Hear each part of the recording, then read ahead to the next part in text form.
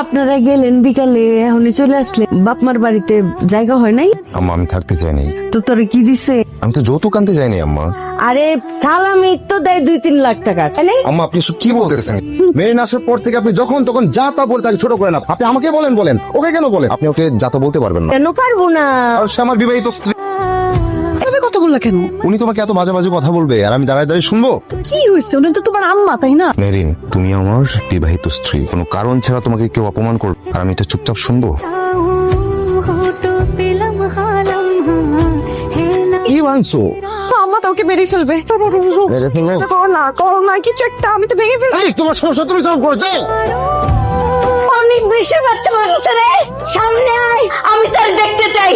আম্মা আমি বলছি এটা নিয়ে এত চিল্লাপাল্লা কিসের?